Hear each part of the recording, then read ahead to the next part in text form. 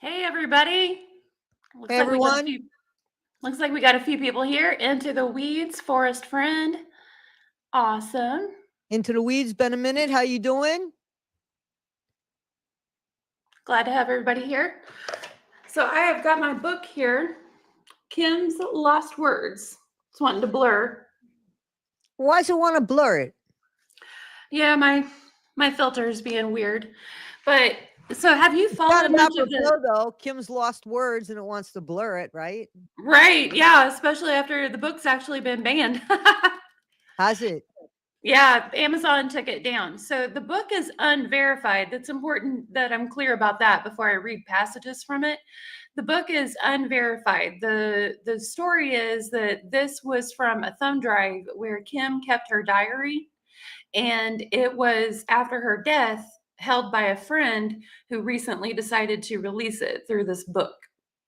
Okay. Do we know who the friend is? No, Okay. as far as So it I was know. anonymous. The book was put out by Kim, basically, posthumous, Yeah, you know what I'm saying? posthumously or some however they Yeah. say that. But After yes, death. and like I was saying, I really think that this stuff before Diddy was actually jailed and before the Cassie tape and stuff like that, I really think that most of us would have been like, no way. But now that we know everything, the stuff in this book is like, oh, that sounds pretty reasonable. Well, like I said to you, on the phone that, you know, I agree with that. Like I wouldn't have thought that Diddy was capable of that until I saw the video of him Mhm. and that let me know that he's actually capable, in my opinion, of MURDER, because how do you, I mean, that video, I don't even like talking about it because it hurts to just Yeah. have such disrespect for somebody you supposedly love, the mom of your kids, let alone just a human being. Like it's totally disgusting, and Yeah. definitely, made it makes anything possible about him. Well, and Cassie was clearly trying to escape in that video. I mean, she didn't even have shoes on. That was someone trying to get away. To run away. Yep. Yeah. And he drug her by the hair. And so I don't know if you know, but Cassie and Diddy broke up at one point for a while. And during that time, Cassie started dating Kid Cudi, another rapper. Yeah, I And don't know that history. Go ahead. so Kid Cudi's car blew up. And it was widely rumored that Diddy did it. And not too long, I think it was after Diddy's house raid. I don't think he was in prison yet, but someone brought that up in the news or on social media or something. And Kid Cudi tweeted and said, "Yeah, that happened.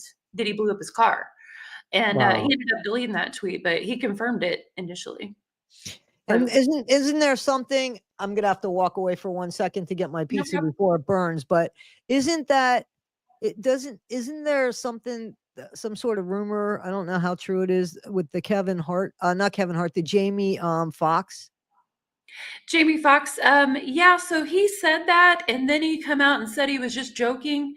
That so it's hard to say. Like, did he say it and then get threatened and had to say it was a joke, or Right. And Wendy Williams too, something with that. Like there's where he'd said that he wanted her out of that studio, and then the studio, she got fired, and then they kind of made friends again, but then she made some sort of comment, or he made a comment about her son or something. Mhm. And yeah, I got to walk away for 1 second. I'll be right back. Yeah, no problem.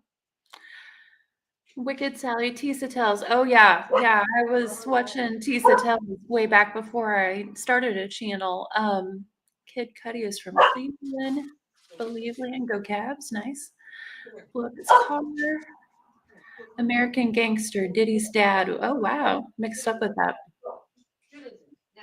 I saw, I can't remember who it was, but another thing is there are some content creators who've been talking about Diddy who got visited by private investigators that were from Diddy. So yeah, everything we say is alleged. We're just talking for fun. Diddy, if you're listening, you have people listening. Cat Williams. Oh yeah, Cat Williams. He's always calling out. He knows what's up. And Jaguar Wright, did you mention Jaguar Wright? Oh yeah, Jaguar 8. My God. She's been starting something for a minute here, or at least speaking her mind about stuff. Yeah.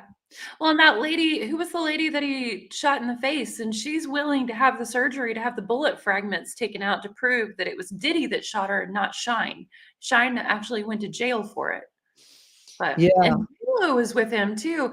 And oh, somebody mentioned Cat Williams in the chat calling this out. So I think it was Cat Williams on Club Shay Shay who said he suspected the big reason why J-Lo and Ben Affleck just suddenly blew up the way they did is that Ben probably got a visit about J-Lo's involvement with Diddy because that was right around the time the raids started happening. Yeah, I think there's rumor to that, but I honestly think that that they were breaking up anyway. You know what? Oh, I'm sure of that, yeah.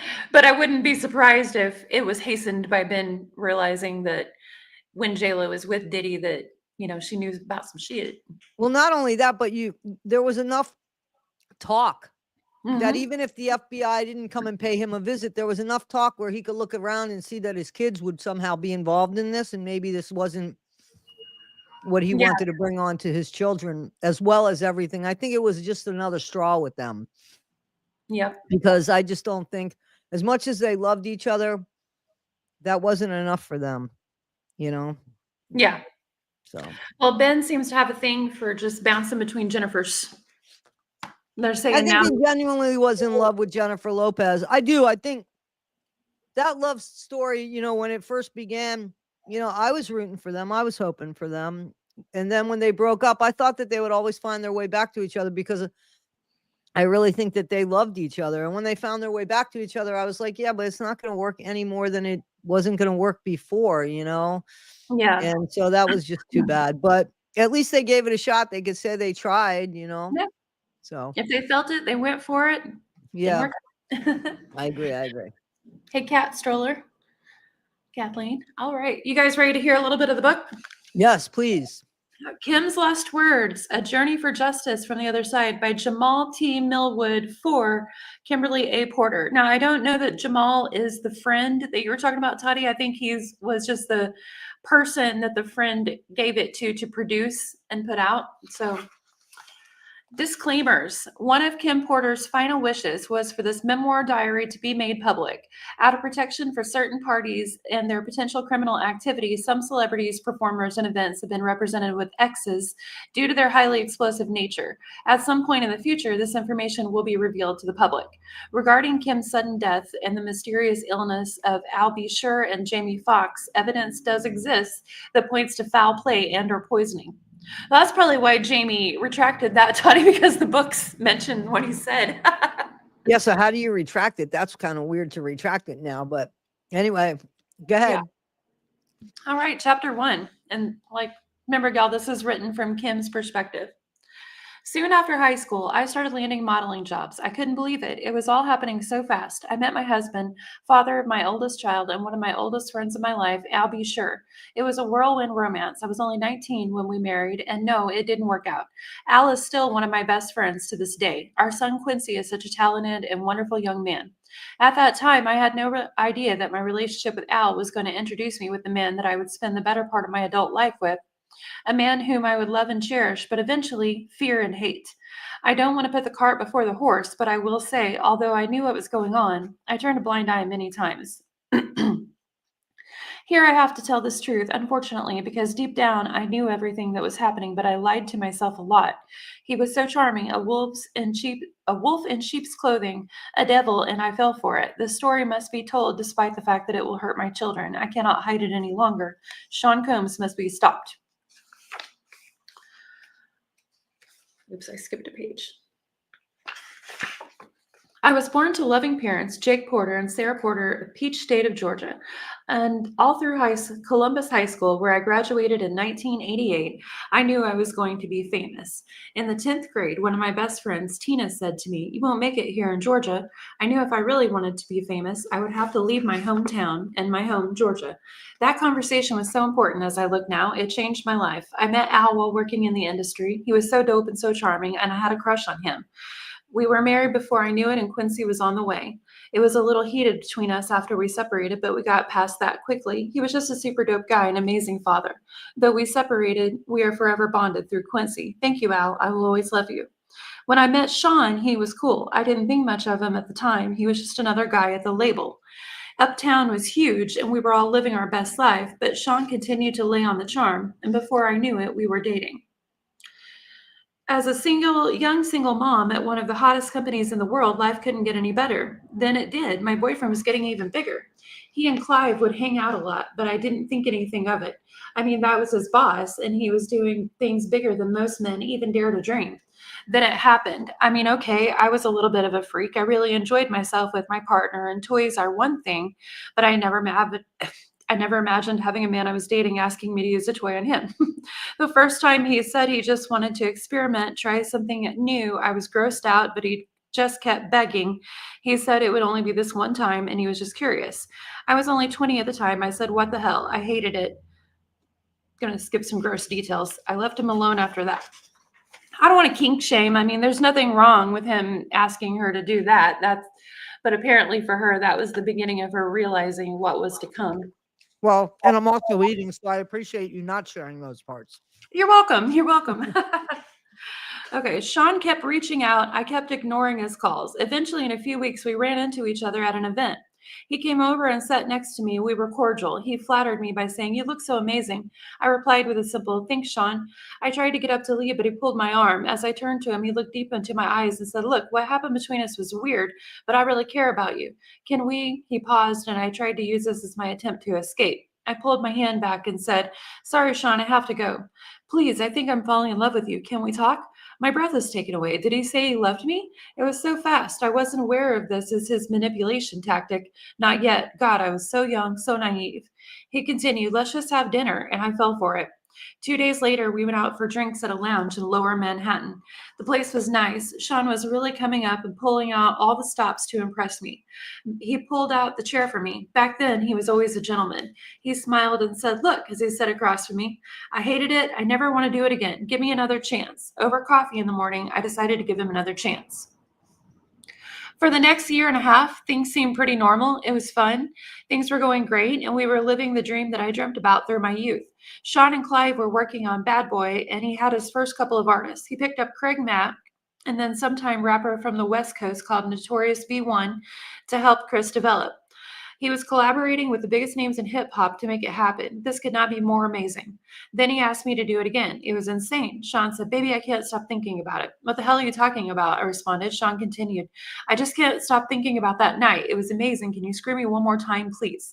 I became infuriated. "Why don't you go to Clive? He is the one screwing you, isn't he?" Then Sean hit me. This was the first time, but he slapped me hard. Before I could form words, he began to beg. I'm sorry." Holding my cheek where he hit me, I turned and ran off. That should have been it, but I guess I am a glutton for punishment. He sent flowers and a bunch of expensive gifts. Then we bumped into each other at another industry event. He sat down next to me, and it was deja vu. Sean started, "Imagine running into you here." "Get the fuck away from me," I forced out. He became more serious as he said, "Look, baby, I'm sorry." But I just glared at him. "There is nothing you can ever say to me, nothing." After an awkward silence, he finished, "You know I love you. I love your son. He's my son. I don't know how to fix this, but I'll do anything. I'm sorry." Shit, he can be so sweet. Here we go with the love thing. This time it's not falling in. He was great with Quincy, and to be honest, despite everything, I missed him. As he stood to walk away, I remember hearing myself saying, "Call me later. What the fuck is wrong with me?" Chapter 4, Forgiveness. Sean arrived with flowers in his hands. He wanted to see Quincy. He was so good to him, and Quincy ran over to hug him. I felt my heart melting. He asked Quincy, "How are you doing, Tiger?" Quincy looked so innocent and responded, "I'm good. I miss you." Sean's response sounded genuine. "I miss you too. We'll hang out tomorrow, okay?" Sean gave him a little love tap on the butt. "It's bedtime," Quincy replied. Okay, good night, as he turned towards his bedroom. Here was the man I fell in love with, but what was I thinking? Not only does he want butt plugs, he slapped the shit out of me. So why am I still talking to him? They say love is blind, but is it stupid too? As Quincy left, Sean looked at me and smiled. Baby, let's go have some fun. The babysitter is on the way. I just want to show you a good time. I was so mad at myself for melting as I said, okay. We sat on the couch laughing and genuinely having a good time when the doorbell rang. The babysitter had arrived, so we left. As we exited the house, a big man climbed out of the limo and opened the door for us. He wore a sharp suit with a gun noticeably tucked under his arm. I thought to myself, he could have made it invisible, or did he want me to see it? Take a drink real quick.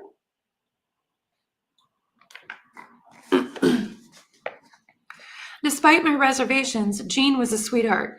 He was very courteous and polite, and as he tipped his head and said, "Good evening, ma'am." Gene drew a smile out of me as I responded, "Hello." Gene and I would see each other a lot after this date. Man, I hope she doesn't tell anything crazy about Gene Deal. He was Diddy's bodyguard, and I liked him. He's a St. Louis OG. Isn't it horrible when, like, we have this idea of who somebody is, and then you find out, and then there's things that we could forgive, but then there's things like that was just a step beyond. You know what I mean? That's sad. That's sad. Well, we are on chapter 5. Like I said, this is a short book. It won't actually take long to get through. It's short and explosive. Brandy K says you read fast. Jealous a bit. Thank you. Well, let me just ask a question. Yeah. So not after each chapter do you want to discuss? You want to discuss after, excuse me, the whole book? Is that what? Some of the chapters are only a page long. Oh, okay. So I was thinking maybe like every 4 or 5 pages, since the chapters tend to be tiny. Okay. All right. Very good. Cool. Yep. Okay, so chapter 5 is called Sean Kneels. The year passed, and thankfully, we didn't have many bad arguments, although Sean was strangely getting into voodoo. He would put curses on people. I wasn't sure how to respond to that craziness. My problem as a single mother was I always wanted to be married. He always had excuses and delays when it came to marriage. His label was blowing up, Biggie dropped, and it was just about over. He also signed Mary J. Blige, and of course, when I found out he slept with her, we fought. He claimed it was a mistake, and my stupid ass took him back. Sean asked me for a threesome with her. At first, I was mad, but Mary was beautiful. It was our first threesome, and I loved it. Mary was sexy. I would not be doing this a lot, but it was so hot. I was young, and exploring my sexuality was enticing. I like that she had good things to say about Mary J. Blige. I'm a big fan. I hope she didn't do anything weird with Diddy other than that. Over the years, we brought other women into our bedroom periodically, and we were happy. That is until one day I came home to a situation that went from awkward to a nightmare. Quincy was with his babysitter, and Sean was sitting with Al B. Sure at the dinner table. I had a child with Al, and Sean was the father in Quincy's life. The awkwardness of us all being together had dissolved a long time ago, but it was still weird that they were here in my home together alone. I sat down, we had drinks, it was fun, the conversation was cool until it wasn't. Al was a little loose after a couple of drinks. I remember him saying, "It's still weird seeing you with my friend, but you're so happy. I'm happy for you guys." Sean responded, "Thanks, man. Me and you, we've shared so much." Al replied coolly, "Word." The conversation took an odd and awkward turn when Sean said, "We've all been together sexually, but not together." I was shocked for a moment as quietness lingered in the room, and I asked, "What do you mean by all together?" Al shifted uncomfortably, but Sean didn't hesitate. "You know how we sometimes invite other people into our bed?" I couldn't believe it. "Oh, hell no, Sean. This is my son's father. Al, say something." What Al said was mind-boggling. "I don't know. It could be kind of hot. I miss you in that way." Although I couldn't believe Sean would do this, the truth was I still cared about Al, and this could be very hot. I just didn't want it messing up my relationship, and if things became awkward, how it would affect Quincy. So I asked, "Are you both sure?" I imagined both of them, too graphic a detail there. I knew this would be awkward, but what happened next I couldn't have imagined in my wildest dreams. Al, and then there's a lot of X'd out things. I couldn't believe it. I stood there in shock. Excuse me. I'm sorry. 1 second. I'm sorry. Milo keeps barking. He wants to eat. Could I just keep you on? I'm going to keep it on mute, but I'm going to walk away, but I'm going to be right here feeding the dogs. Yeah, no problem. Okay. I just didn't want you to think I was walking away. Okay. Thanks. No Sorry. worries. Sorry. Okay, yeah, so there are some words X'd out. It says, I guess it was names. I ran out of the room. This was too much. I couldn't. Sean called out to me, "Oh, come on, Kimmy." They didn't chase after me. I'll see if I can put this where I don't think it's going to let me do that. It's going to blur it for y'all. It's face tuned. I couldn't get the image out of my mind. I couldn't be with Sean for a while, but that wouldn't be the last time I saw Sean in a compromising position, not by a long shot. One day I found the vault where he kept all of his encounters with men. Yes, he kept a record of it, but that's for later.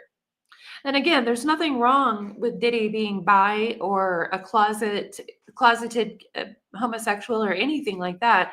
What's wrong is the lies and the violence and the trafficking and yeah. I agree. There's nothing wrong with gay people. We love the gays. Okay, chapter 6. Biggie took over East Coast hip hop, and Sean was the brilliant mind that orchestrated it. He hired people to teach Chris how to flow and write his lyrics. He hired the best producers to do beats, although he took credit for them, and the music was unstoppable. At this point, Sean was sleeping with all the power players, and everyone wanted to do music, wanted to be a bad boy. Sean wheeled and dealed in a way that would have been unthinkable to many. He slept with the guys that really controlled the music to stay on top. A lot of these names are average people have never heard of. These are guys that make decision on who is winning and who is not. He hosted parties that were just fancy name for orgies and everyone wanted in. When I met Tupac, Sean and I had an open relationship, and yes, I slept with Pac. Shit, he was sexy. Sean didn't mind. Not until he tried to get Pac to join both of us. Pac wasn't good with that. This is where the relationship between them became strained. Tupac wasn't going to accept Sean's advances. Pac wasn't gay, and he was pissed about the advances. We were all in Sean's house. I was drinking, they were smoking, and everyone was just relaxing. Sean came in on what I'm sure he would call a smooth approach. "My baby is bad, isn't she?" Pac threw me a sly smile. Hell yeah, I felt myself blush. Sean was now in full swing. "You think you hit better than me?" I couldn't believe he disrespected me that way. I was not playing with my response. "Sean, what the fuck?" Pac came to my defense. "Damn, bro, you ain't got to do a sister that way." Tupac appeared upset about Sean's words, but Sean went in for the kill regardless. "I think my D's bigger than yours. I bet I can make her see faster than you. What's up?" Pac was appalled. "What the fuck are you talking about, N-word? I ain't trying to run no effing train." Sean continued, "What you scared of? Let's see who F's better. Let her be the judge." Yes, at this point, we had been inviting others into our bed for a while, but I am not used to and will not stand for disrespect. I wasn't the only one upset. Pac shouted, "N-word, you talking about pulling your fucking D out?" Sean was undaunted. "What, you scared?" Tupac simply left. Things were contentious then. The two could not be in the same room. Pac avoided me as much as he did Sean. When they did bump into each other, the tension was palpable. It felt like blows could be thrown at any moment. Months passed. Months passed with only the tension between them. It was uncomfortable, but nothing life or death. Then one day we were at the studio. It happened. I walked into Sean's office and he was having the conversation.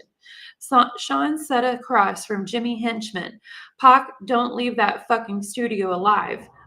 Don't think I was supposed to hear it. I continued as if I didn't. "Hey, Sean, good morning, Jimmy." They didn't seem to think I heard anything. "I'm ordering breakfast." Smiling, Sean replied, "Let me get eggs, sunny side up with grits and an orange juice." I could see he was hungover. Good. I didn't want him knowing I knew anything. If he just put a hit on Pac, knowing something could be dangerous, Jimmy, apparently not hungry, said, "Nothing for me." As he stood to exit the room, he said to Sean, "Let's make that happen." He then nodded at me and said, "Kim, always a pleasure." With a wink to me and a nod at Sean, he turned and walked out. Jimmy was part of our intimate circle. I went on as if nothing was happening. "I'll make the call now," I said as I left, hoping I wasn't white as a sheet. Wasn't in the studio the night Pac survived being shot, thank God. From what I understand, Sean and Chris saw Pac at the studio after he'd been shot and did nothing. The way God works, after being shot, made it to the elevator and tried to escape, but it stopped at the floor Sean and Chris were on. When the doors opened, they saw him lying on the elevator floor, riddled with bullets. The fact that they didn't call an ambulance, although they saw Pac lying there swimming in a pool of his own blood, would be all the evidence Pac ever needed. He, of course, assumed they placed the hit, and Tupac is a soldier and not something that will be unanswered. Tupac didn't do well. He survived, though. It was orchestrated, and Sean Puffy Combs was the orchestrator. That's the end of chapter 6. Let's see what the comment says. Someone asked if Toddie could read some of this. She can't because she doesn't have the book. Only I have the book. And Toddie doesn't know how to read. We know better than that. Danny, go eat your dinner, Danny. So what do you think about the part where Kim says she walked in on them planning the orchestrating of Pac shooting?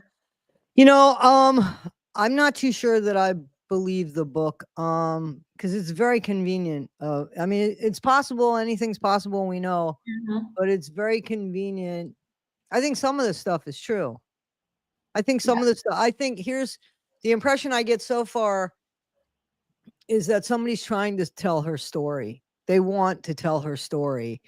And some of this stuff was probably shared with the person, but I don't know that there was ever a thumb drive or anything like that. Again, I'm not like, I'm kind of there with somebody you. where it was, you know what I mean? Like, because if you're that afraid, like I feel like she felt like anything was possible if she saw any of this behavior, and you would get shit documented. You wouldn't just write about it and keep it hush. You know what I'm saying? Unless there's something at the end of the book that shows that she gave this. I mean, did it say that she gave it? Did it say that she gave it to somebody? Maybe you did say something like that. There's something in the intro. Let me see. It says one of Kim Porter's final wishes was for this memoir diary to be made public. I don't know. I just feel like, I don't know. I don't feel like these are really from her words per se. I feel like that a lot of this was shared and a lot of it's true, of course. But I feel like then people were like, I believe this to happen, so I'm going to go ahead and put it in there because that's my opinion. Do I think he had something to do with the unaliving of Tupac? I mean, if that's what you're asking me again with the video that I saw of what he did to Cassandra, I think he's capable of anything. That took everything. And you know, let me another thing, maybe you could help with this craziness and the juxtaposition of somebody like R. Kelly, who wrote beautiful songs that inspire people and talk about love, only to be so twisted and demented. Like, that was hard to believe. You know what I mean? It's like those songs that are just beautiful. You can't take away the beauty of those songs, but definitely they're taken away now because of the monster that wrote those songs. It's very hard for me to, you know, and I think once I saw, you know, once that blurred vision was like, and listen, we know that there are people like Robert Blake who I think did shoot his wife, you know, and there, you know, and there are things that happen. I believe that, but for somebody to have the ability to write about love like that and then to behave, it's just so hard for that, for me to understand that. It's kind of like I said at the beginning. I'm not sure I ever would have paid any mind to this book had it not been for the Cassie video and then the freak offs actually being confirmed by the raid and the investigation. Can you believe that? Like, wow. Yeah, so I'm like, okay, this still may be a fabrication, but it's a fabrication from people who have details. And it's just one of them deals where I think it's worthwhile to read and make our judgment. Absolutely. Absolutely. But yeah, I'm 100% with Toddie for everyone in the chat on not taking it as just 100% Kim definitely wrote this. That's everybody's judgment call. And I'm not personally there, even though I think a lot of it's true. Okay. Yep. So the question that I have, well, I was over there laughing, you couldn't hear because I had the phone off. Was it an inmate situation or an intimate situation? Yeah, I think we've talked about Gypsy Rose too much. I just read that road. And that I worked in a jail. So I wasn't sure if it was an because both works. Intimate is what it was, yeah. But it kind of applies for Diddy these days. Right. So All right, well, we got chapter 7 now, and it is titled Threats. it is titled what? Threats. Oh, threats. Okay, cool. Yep. At this point, I knew I had to get away from him, but I was scared. Is he going to try to take my life if I try to escape? On one February evening, I thought I found my opportunity at dinner after an event. We were at a ritzy restaurant in a private booth. It was an exclusive setup. We were alone, but we were in public. Perfect. Sean was on the phone talking to an unknown listener as he sat down. His words on that call will be etched into my mind forever. We're going to release Who Shot You Now. He waited for a response. Then he went on to say, of course they're going to think Big was talking about Pac. That's the whole fucking point. Nobody would give a fuck about a diss track against LL fucking Cool J. Do you know how much money we'll make with this kind of big rap beef? Inwards battling after someone really got shot? This may not be the best time for this conversation, Sean was finishing up. We'll drop that shit tomorrow. He listened into the phone and then responded, there's going to be blood in the street. Pac's alive. Let's capitalize on that shit because the inwards missed. When he responds, it's just going to mean more money. He turned around and looked at me, spoke back into the phone. I'll call you back. Then hung up and spoke to me. What's wrong? I tried my best to give a fake smile at what I'd heard. After all, me and Pac were intimate. I responded, nothing. Sean wasn't fooled. Are you sure? His demeanor was threatening, but I responded as cool as I could muster to his intimidating stare. Yes, of course. He took my hand, saying, that's wonderful. He began to squeeze my hand until it hurt as he continued, because seeing you walk in the office while I was talking about killing that motherfucker and you not saying shit to me had me a little concerned. His grip was starting to hurt badly. You're hurting me. As he continued, he squeezed tighter. You're pretending you didn't hear anything was a sign of your loyalty to me, not something I should be concerned with, right? As he continued, he squeezed tighter. I knew I was trapped when I responded, of course I'm loyal to you. He let me go as he responded, good, and remember, I'm the big D. I snatched my hand back in pain. He smiled as he said, let's start off with a good wine. He snapped his fingers and his favorite wine was poured for him. They knew what Sean wanted, and what he wanted, he got. I'm trapped. Now isn't the time for me to launch my escape plan. I have to be strategic. It's going to be hard to leave the glamour, the glitz, the lifestyle. I mean, this man just snapped his fingers in one of the most exclusive restaurants in New York City, and they poured the drink of his choice. The bottle of wine is $800, and this is 1994. The list to get into this place is 6 months long if you are somebody. Mayor Giuliani has a table here tonight also. Oh, that's a funny throwback. Giuliani. If I got up and walked out, I would be safe, but what about tomorrow? I had to think. He sipped his wine and smiled. You're not drinking? He pointed at my glass, and of course a waiter filled it. They knew what I liked as well. Sean has a bad temper. He yells sometimes, and he's roughed me up once or twice, but he never punched me, he never bruised me, and he never hit Quincy. I would not have stood for that. He never laid a hand on my son. At that time, I never thought of him touching Quincy in any way. Then the significance of what he said hits me. Is he mad at Tupac over me? I'm the big D? Oh my God. The last time he put his hands on me, it was because I enjoyed Jamie Foxx too much. He enjoyed Jamie too. He gets insanely jealous. It's not fair. He wants to bring other men into the bedroom. Why are they Xing out some names and not others? I think maybe some of the names might be below a certain age or something. Okay, because I was thinking if they're Xing out some celebrities and not others, that might give a clue to the person that sent the book. The intentions of who put it out there. I bet you that there were people who were under the age of 18, maybe not much under the age of 18, but definitely probably under the age of 18. That would make sense to me. Yep, I bet you're right. Okay. It's not fair. He wants to bring other men into the bedroom, but gets jealous when he does. Damn, you're quiet tonight, he said, snapping me back into the present. I asked the question that was burning in my mind since I walked into that office. What does Chris think of this? He looked at me coolly and said, his fat ass better just keep doing music.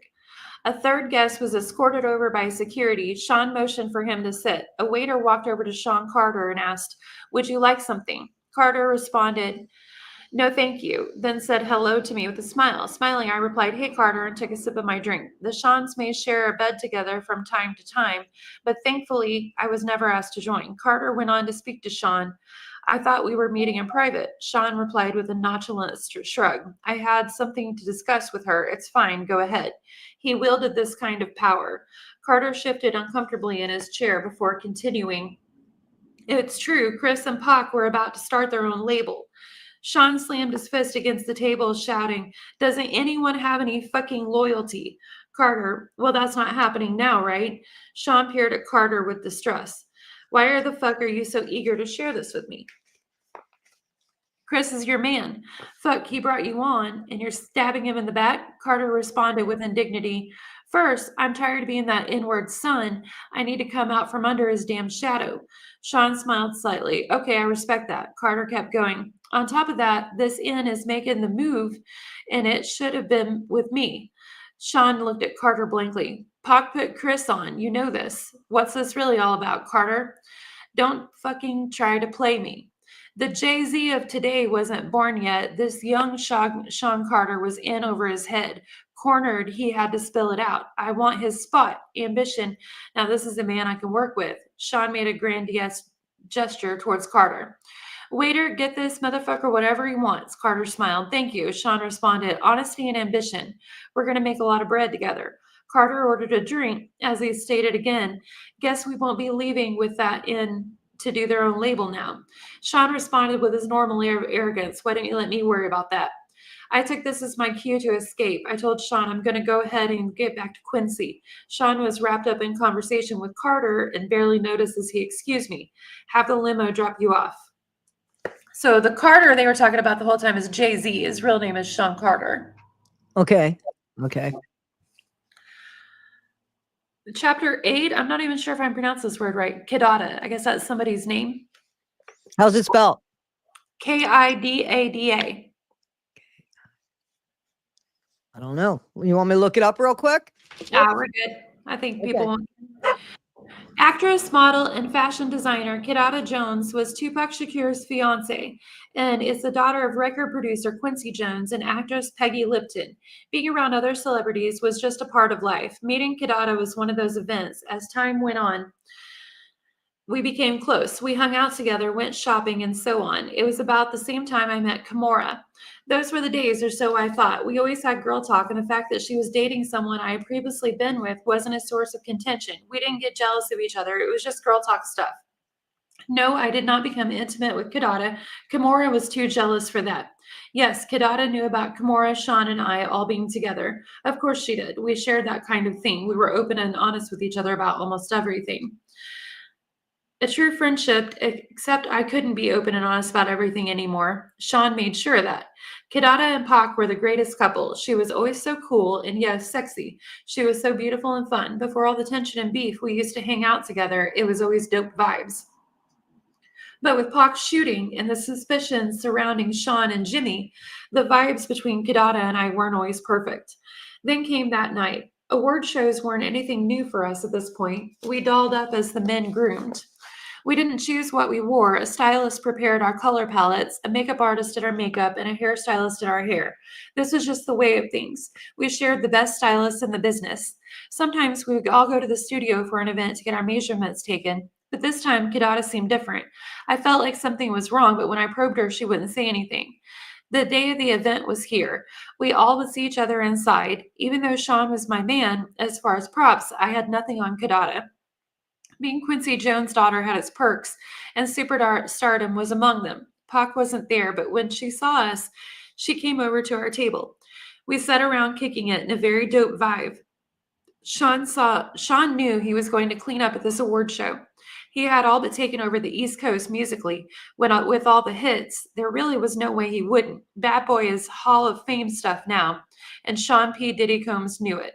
Sean smiled at Kidada as she sat at our table, but something about that smile didn't seem authentic. Soon I would know why. He's sick when he has a grudge against someone. As she said, Sean said, "Bad Boy is going to clean the fuck up." From his table with Faith, Chris replied, "Hell yeah." And that new shit we busted out gonna have these inwards sick. Kidada signaled for the waiter to pour her a glass of the ginger ale that sat over at her table. As the waiter refreshed her drink, she said, Pac's music's gonna get some love too. Sean grimaced. Oh, come on, Sean. I know y'all got your differences, but you have to admit, the man makes great music. Sean looked at me out of the corner of his eye, took another sip of his favorite cognac, and replied, Bad boy got the hottest music on the fucking planet. But I ain't tripping. Everybody got their shine, right? Kidada sighed. Sean, Tupac thinks you were involved with getting him shot. You two were so close. You need to make this right. Sean responded indignantly. Why the fuck would that N-word think I had anything to do with it? Kidada retorted, Sean, can you blame him? Sean was obviously not happy with that question by his reply. Hell yeah, I blame him. We had a good thing going. All of us. This N-word turned on me, and he has the fucking balls to blame me for his shooting? The indignity he managed to spew out while lying between his teeth was not something I did not expect. I was thrown back for a moment before interjecting. Do we have to do this tonight? It's Sean's big night. Kimura heard the ruckus and made her way over to our table as well. She sat down and said, Hey, everybody, with her big dimpled smile. I smiled and replied, Hey. Kadada seemed very happy to see her and said, What's up, Kimmy? Kimura, never the type to hold her tongue, went straight at it. The whole place is buzzing with the fact that you're sitting here accusing Sean of having Pac shot. Y'all kind of loud. She laughed, kind of seemed embarrassed as she looked around to see everybody staring at us, whispering, but she wasn't about to back off. In fact, she doubled down. Anybody here not talking about it ain't real anyway. We all know Sean was behind it. Kimura forced a smile. Honey, we don't have to do this here. Kadada made clear she was not to be silenced as she continued. Oh, let's not hurt the feelings of Sean Puffy Combs. He only had one of the most prolific rappers in the game shot. Sean clenched his hands into fists. If this was anyone else, this would have turned ugly. But this was Quincy Jones's daughter. Sean was a monster in the streets, well feared by men that knew, but he did not want any of the smoke Quincy Jones could bring. He did not want any of the smoke Quincy Jones could bring. Kidada could continue with impunity. Sean could not touch her. Christopher and Mary, both of them wanting to defend the super producer that made them famous, both started to stand and make their way over to the table, but Sean signaled them off with a firm motion of his hand. They remained in their seats, watching helplessly. Kidada seemed to be on full-on rampage. You're not safe in the streets, Sean. You think you're untouchable? Kimura seemed almost red in the face when she grabbed Kidada by the hand, saying, I gotta go to the restroom. Kidada was not willing to stop, snatched her hand away, yelling, Let go of me. Kimura needed to get her grip and said sternly as a parent speaking to a child mid-tantrum, Duh! Kidada turned around at her and yelled, What? Kimura nodded toward the crowded room. Kidada looked around. Here she deflated slightly. Kimura, now in control, spoke firm but softly, Let's go powder our nose. Kidada nodded with a grimace and gave a sharp look back at Sean as she walked away. As the tension slowly melted away, I asked Sean, You okay? He didn't reply at first. He looked around, saw that no one was really paying attention now that the ruckus had died down, and stood to get a pitcher of ginger ale from Kidada's table. He poured himself a drink from it, looked around again, saw no one was paying attention, and put the pitcher under the table. What was he doing? Then I heard the distinct sound of liquid pouring onto liquid. Oh my God, he's peeing in the pitcher. He smiled at me as he brought the pitcher back from under the table and finally replied to me, I'm good. He then stood and returned the pitcher to the table. I was in awe. I knew he had a bad temper, but this was disgusting. I'll never eat or drink something after we have an argument again. Kidada and Kimura made their way back to Kidada's table to sit as Sean watched on quietly. Sean made small talk. Which songs do you think they'll give me awards for? As Kidada poured her drink, Sean's bodyguard made his way over to the table. I think he stopped her from drinking, as everyone else just sat and watched. Jean risked incurring Sean's wrath, if I'm right. But relieved, I replied, Babe, your catalog is crazy. It could be a lot of songs. So it sounds like Jean Deal prevented Kidada from drinking the piss ale. No, do you know who Kidada is? Kidada Lipton is? I'm sorry, Kidada Jones is. Do you know who Rashida Jones is? Remember from that's her sister. Oh, cool. I didn't realize that. That's what I was looking up because you said Peggy Lipton and Quincy Jones. And I was like, no, her name's Rashida. I didn't know that there was another sister there. So that's who that is. Oh, just so cool. you know, a little trivia there. Yeah.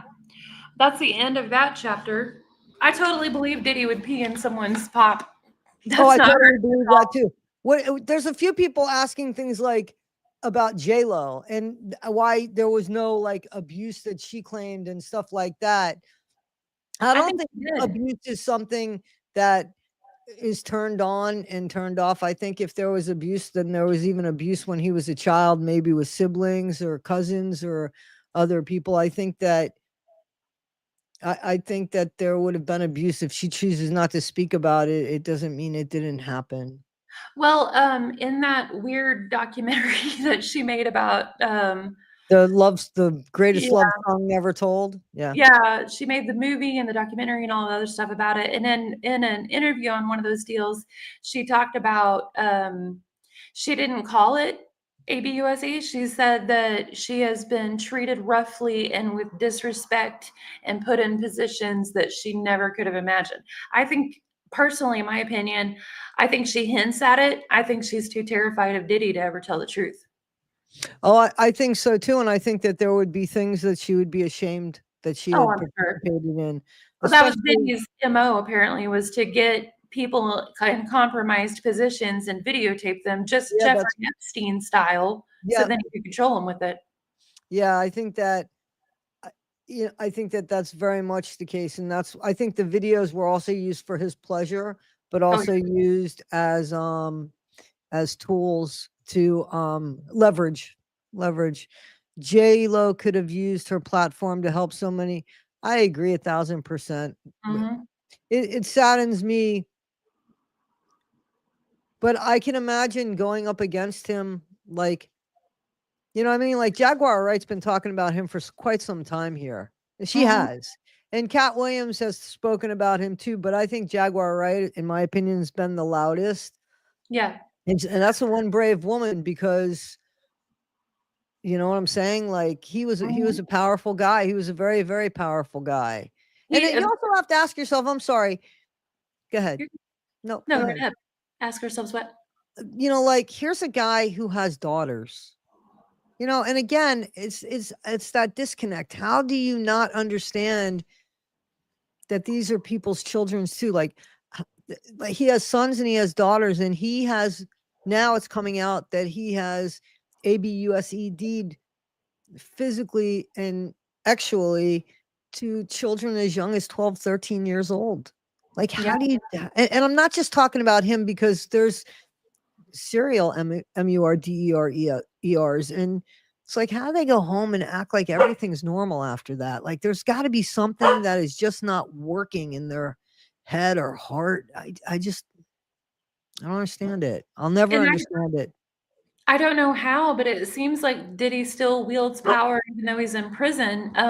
Where I think you might have been handling the dogs whenever I don't know if you heard, but there are content creators who've been visited by private investigators paid by Diddy who are covering him. Why'd you put me in that situation? Can't you see I've got other battles to fight here?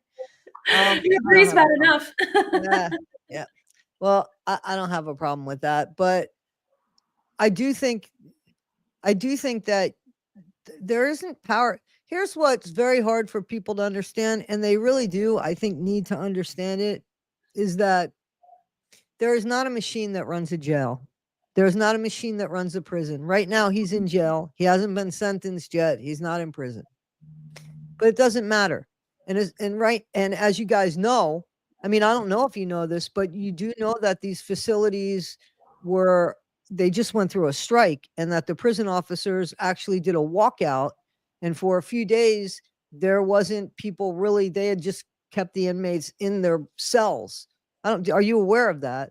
The No, I prison. wasn't. Okay, yeah. So yeah, that you need to look that up, because they had to call the National Guard Oh, wow. in to get Yep. people to work, to get people to work. You can't not feed the inmates. They'll starve. I mean, they didn't let them loose. They put them in their cell blocks and locked them all in and walked off. That's what happened. Check Yeah. that out. Yeah, that's recent. They only went back to work supposedly today. The prison officers and the jail. So I'm talking about the jail and prison officers. So where Diddy was, all of this in saying, listen, there are people that don't get paid enough money for this job. There are people that get ABUSED'd not only by the inmates, but also by staff, because sometimes you could work very, very hard and you don't get noticed, and somebody that doesn't work as hard as you gets noticed for a promotion or something. And as we all know, shit travels downhill. Stop it, Milo. So all you have is human beings with human experiences that hold these keys. That's Mm. it. That's it. Just like I was I was a flawed human being when I had the keys. Not as flawed as some of the people that had the keys, but still I could be swayed by emotion. You know what I'm saying? Mhm. So if somebody who's worked very hard and they feel like they've been gypped out of what's gone with their job, and you got somebody like Diddy with all this money that he's swaying over you, man, I could help get your kids in school. I'm not saying it's the right thing to do.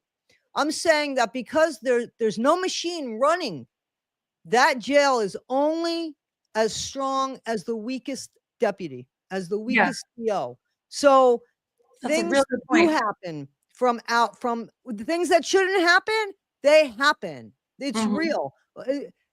He wouldn't put his hands on somebody, but he could still make it happen from the outside. I have no doubt in mind that he could do that. Just like other inmates, we do know other inmates because we've caught inmates. We hear about it that this inmate got caught for talking about taking out a juror or this. But how many do you think we don't hear about?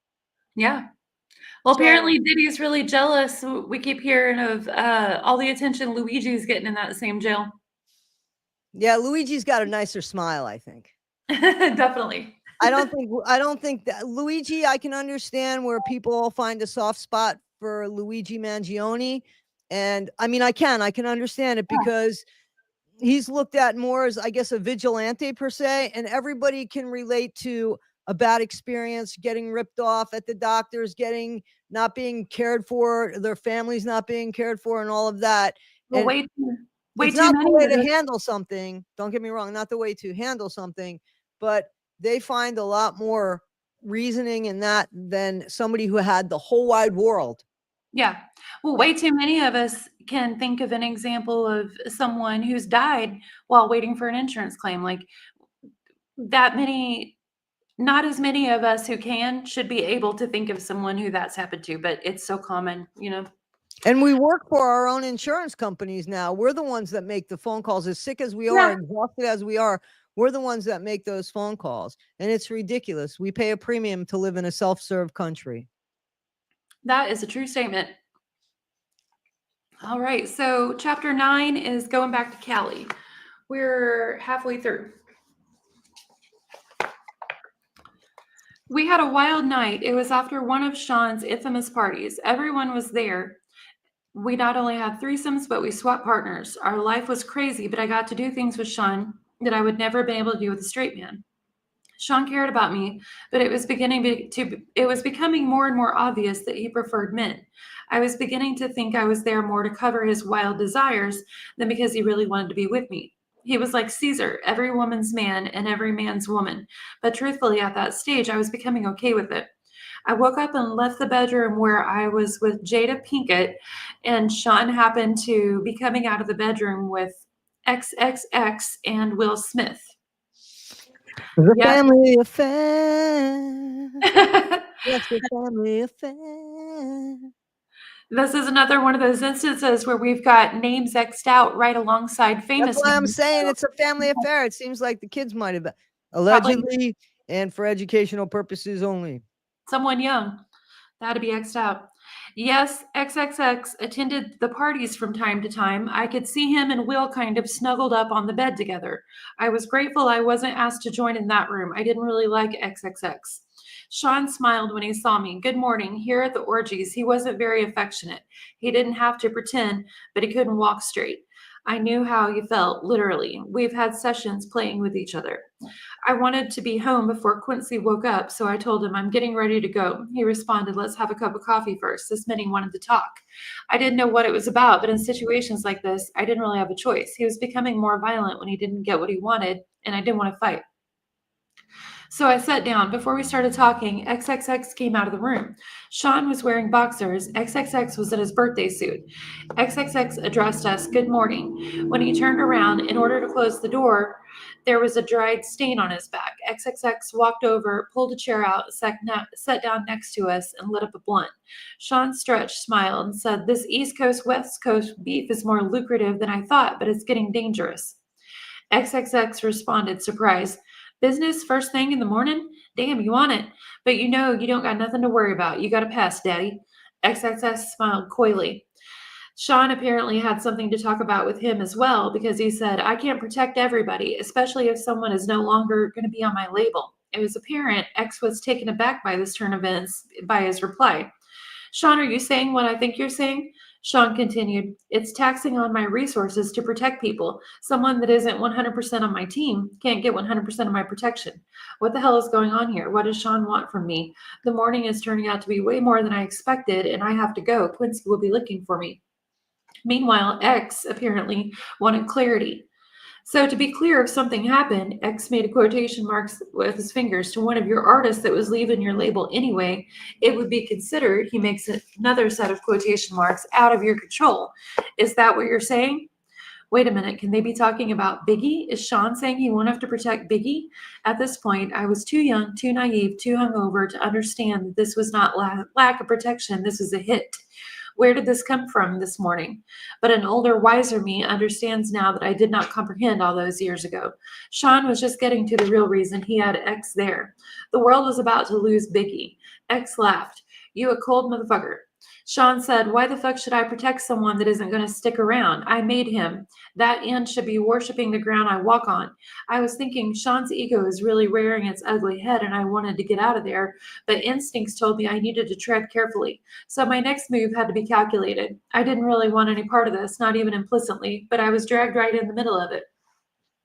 If what was happening here ever comes out, will I be an accomplice? But even as those thoughts crossed my mind, I couldn't just pretend this was okay. So I said, "But Sean, he hasn't left yet. They're just rumors. Are you going to let him die because of some rumors?" Sean glared at me, the anger in his voice obviously stemming from hurt as he said, "I know when I'm being portrayed. I am not killing anyone, but I'm not protecting somebody that doesn't have my back 150%. Fuck that." This was railing out of control. My mind began to race. Is there a way to get through to him? Maybe I could use the finance route. "Sean, he's bringing in so much money. You put so much money into cultivating him. Are you going to throw all that money away?" That's when he revealed how thought out this meeting really was. "If he leaves, he takes all the money I invested in creating him." Sean sighs, "But if he can't protect himself and something terrible does happen, then all the money I would make off his death would blow away all the money we made so far." I was perplexed. "Sean," he continued, "he's worth more to me dead than alive." Sean Combs is a calculated monster. X chimes in, "I get that, fam. A lot of people out there want Biggie dead too. Without your protection, he doesn't stand a chance in Cali. Biggie is going to die. This is crazy. I dare not say anything else about it." Sean smiles and stands and walks over to a safe behind the picture. There he pulls out a bag marked with X's name.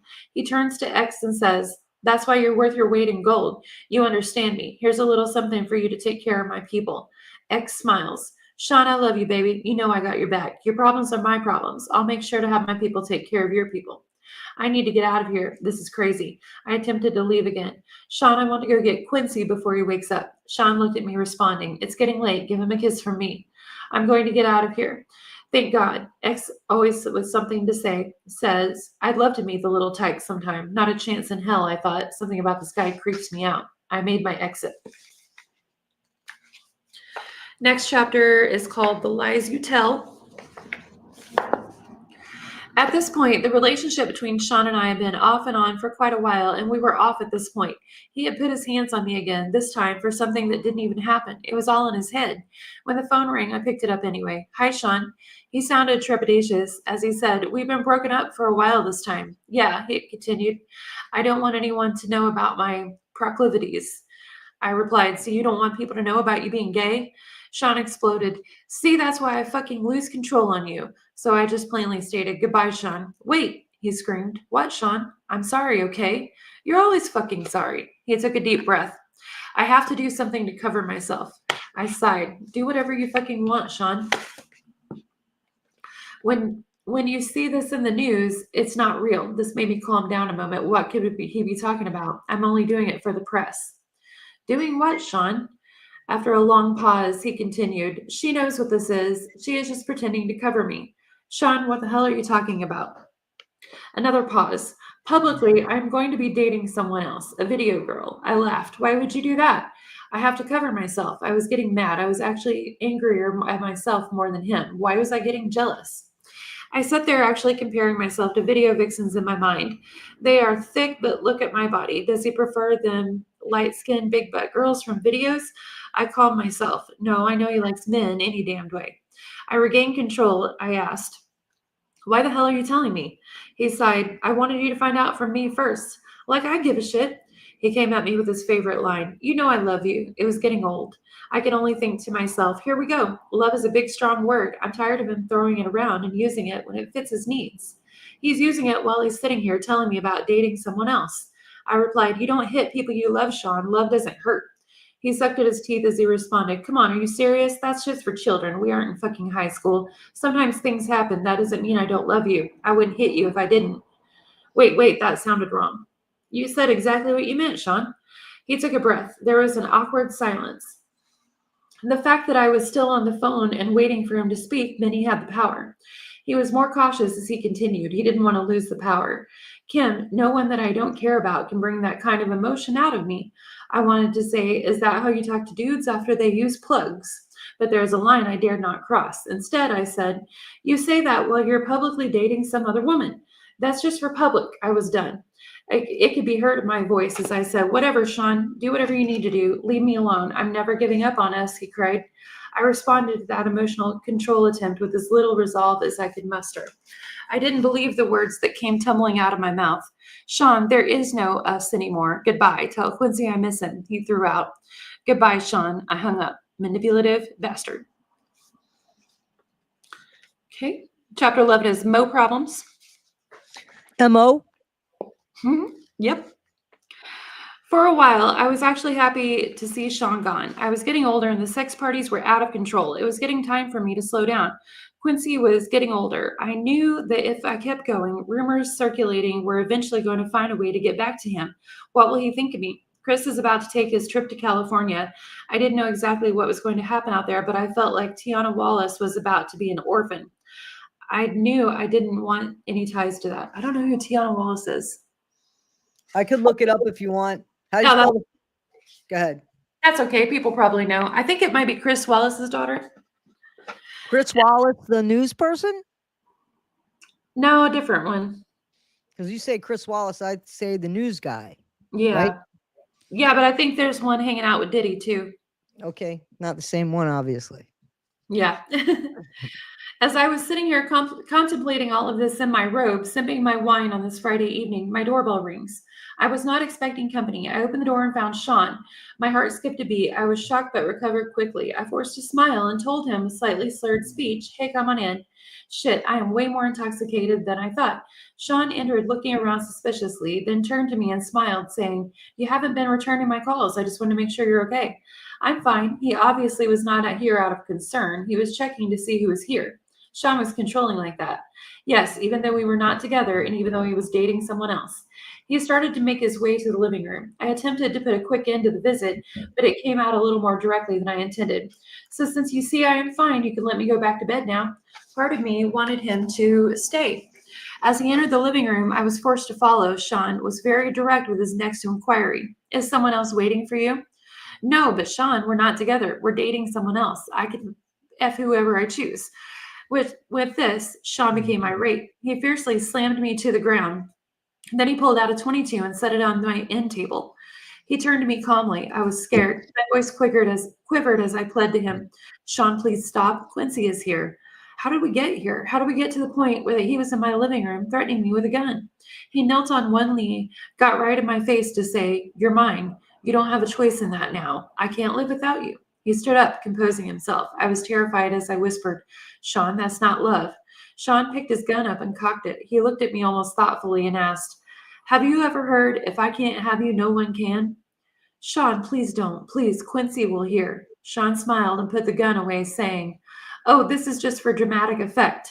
I would never shoot you. If I was going to kill you, no one would trace it to me. You know how many people I've had to take care of over the years. It would be quiet, something in your food or drink, something that would never get back to me. I wouldn't shoot you, do you understand?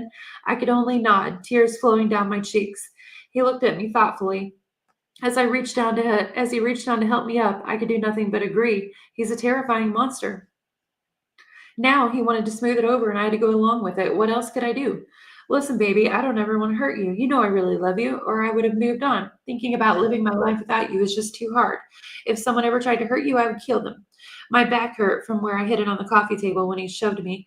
All I could do as he helped me up was nod at that I understood through my streaming tears, which he wiped.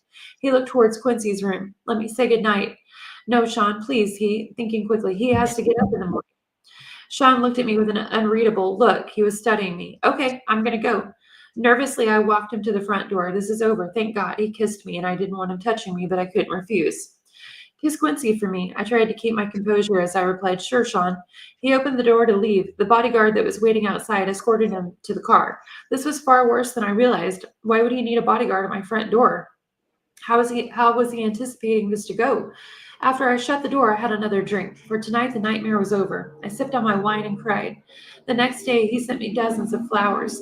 He bought Quincy expensive toys. He didn't want me. He wanted me to keep a secret. I'm trapped. He has the authorities under his thumb. I can't go to them.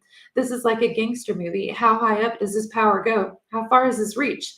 The FBI, the CIA? Who is not corrupted or won't get silenced by their upper chain of command? Can anyone help me and my child? He found his way back to my bed. I had no choice.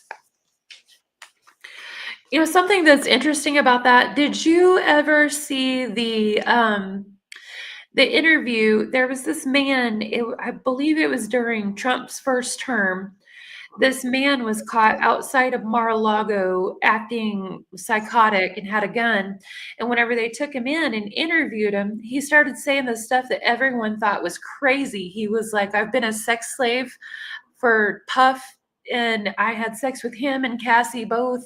Like he started That I rambling. don't remember. I don't remember that. Huh. Yeah, it's wild. It was during Trump's first term before anyone knew any of the Diddy stuff had really come out yet. It was still just rumors there. He hadn't been raided or Right. nothing.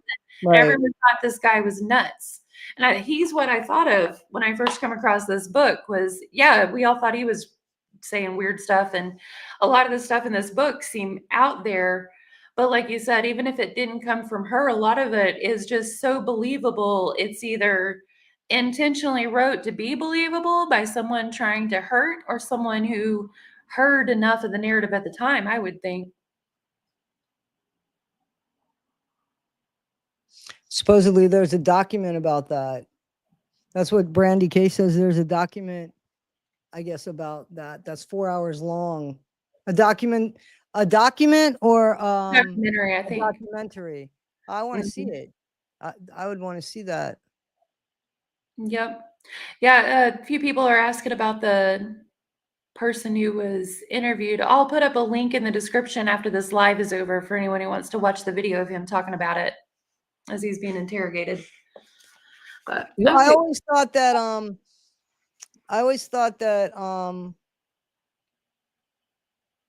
so Into the Weeds says that she doesn't think RL Fancy's working on there. Toddie. Sorry, that was just funny. That was just funny. That Fancy's made me gonna laugh. That made me laugh. That was a good one. That was a good one. Into the Weeds says it doesn't sound like Kim's voice in the Right. writing. I don't That's know. what she's saying. I I've don't know never watched her her voice either. talk. RL froze. That was definitely that was the comment of the day. I love that. But, Yeah, Fancy's working on that documentary. right. So my thing was I was just gonna say something that I think that I always thought that Donald Trump will end up pardoning him. Did he? Yeah. Oh Lord, I hope not. I just got a weird feeling, even before I read that, even before what you said. Mm-hmm. I don't know why, but I just I had a weird feeling, and I felt I said that to somebody. I forgot who I said that to, but I said that to somebody probably a month ago that I could see that happening. The only reason I don't is because Trump did ban Epstein from Mar-a-Lago way back in the day, as soon as a complaint was made about him. But I'm not a fan of Trump, so who knows? But yeah, I hope not. Well, I hope not as well. But if Chapter there's some 12. stuff that he has, if there's stuff that, I don't know. Yeah.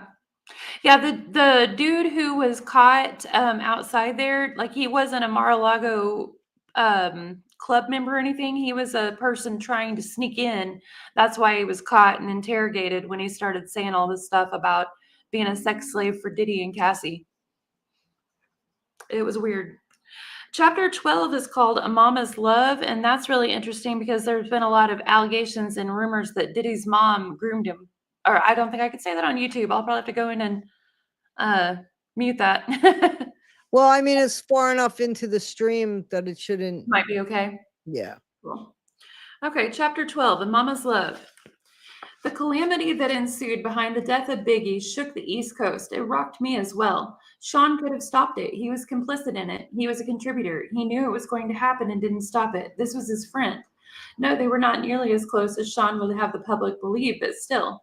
As far as Sean was concerned, they were great. To the public, they were just having an off and on relationship as a normal couple, and I probably seemed like just a money hungry hoe. But the truth is, I just got used to not having a choice. Today, I recognize it for what it was, Stockholm Syndrome. I was at his beck and call and had become comfortable with it. Quincy had everything he could ever want, with the exception, of course, of a normal parental figure. And that's why this chapter is so powerful for me. A mother's love is so real. One night I was out with my boyfriend. Yes, we were on again, and we were joined for dinner by none other than Ms. Wallace.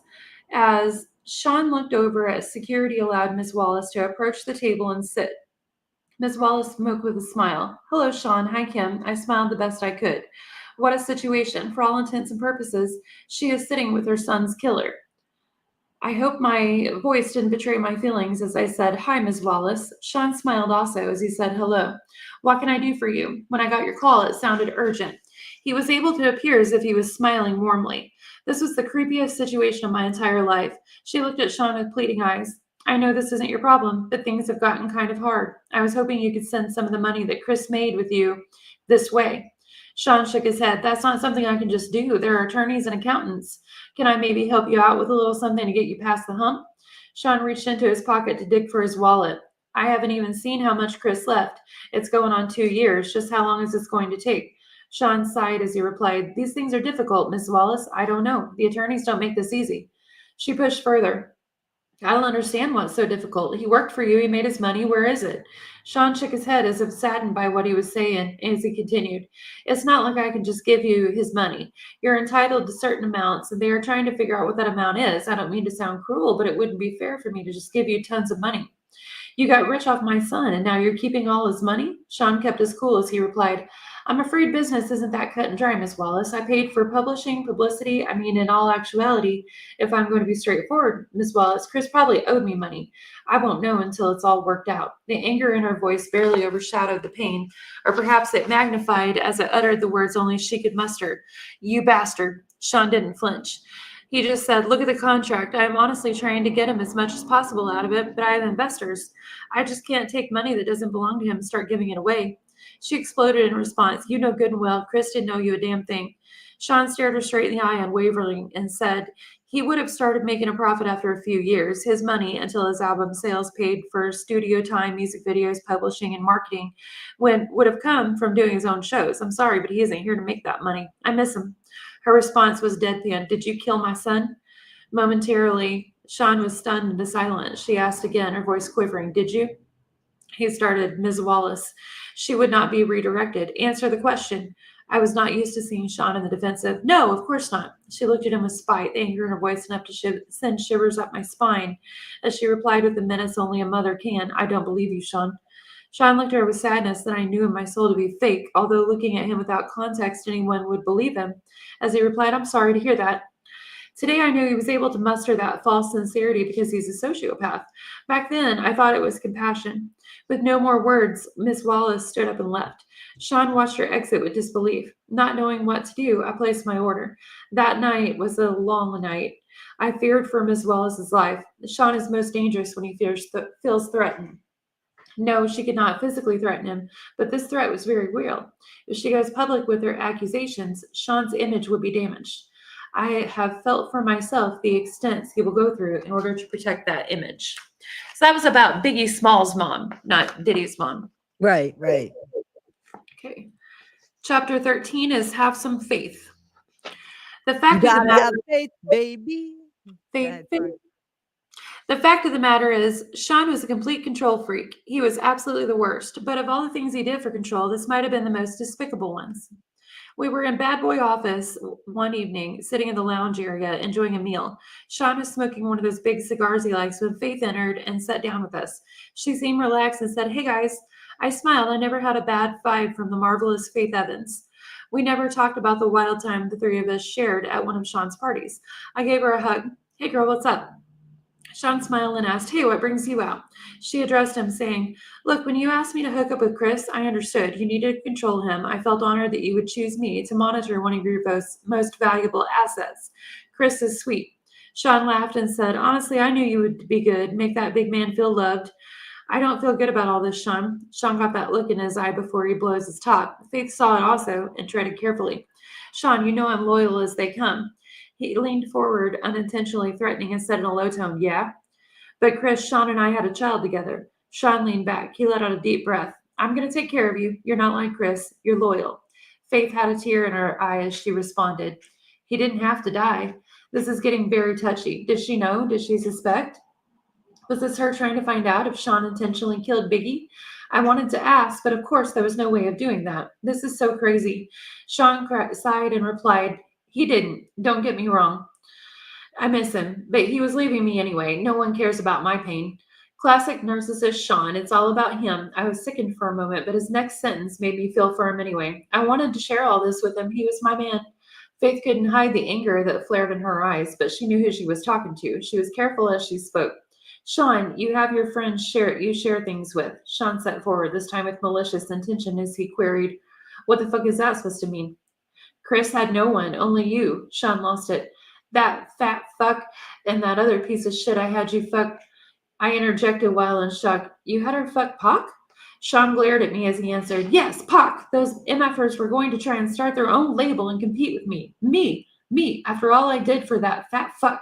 Nah, I wasn't using resources to protect that motherfucker. No fucking way." As Faith started to cry, Sean looked at her and softened slightly. He spoke a little calmer. "Look, I didn't hate him. I was hurt, but I didn't hate him. I'll make sure you and CJ are taken care of." Faith got up to leave without words. As she turned, Sean spoke softly. "Faith?" She ignored him, and he called to her again. "Faith!" She exited quickly. Sean just looked at me and said, "Damn." I really didn't know what to say. Sean just told Faith he wouldn't protect her husband because he was going to leave Bad Boy. From a business perspective, I didn't disagree with Sean there. If you're leaving and creating competition for him, why would he spend resources on you? So I hugged Sean, but I also knew he didn't have to send Chris to California. I wondered if he realized he had sentenced him to death. He hugged me back with tears in his eyes. "How the fuck am I the bad guy, huh? I didn't do nothing but bust my ass to make everyone live comfortably, and I'm supposed to just let inwards walk all over me?" As I held him in a comforting embrace, I replied, "No, baby." Like I said, Stockholm Syndrome. That particular evening, I was at Sean's house, and Quincy was staying with a friend. It was some alone time for Sean and I until a doorbell rang. Sean got up to answer it. I heard a woman yelling and quickly realized this was Jennifer Lopez, better known to the world as J-Lo. "Sean, what the fuck?" she blasted. Jenny from the block, girl. Jenny from the block. "Don't be fools by the rocks that she got." "Sean, what the fuck?" she blasted. Sean responded calmly, "Relax, baby. Why the hell did you have to start shooting? Isn't that what we have bodyguards for?" Normally, when this kind of situation arises, I remain quiet and just listen. I play my position, as you could say, but I wasn't paying attention to the news for the last day or so. And even though it would be the only thing anyone would talk about for months, no one had spoke to me about it yet. So I entered the foyer asking, "What's going on?" Jennifer exploded at me. "What's going on? What's going on?" This N-word shut up a damn club.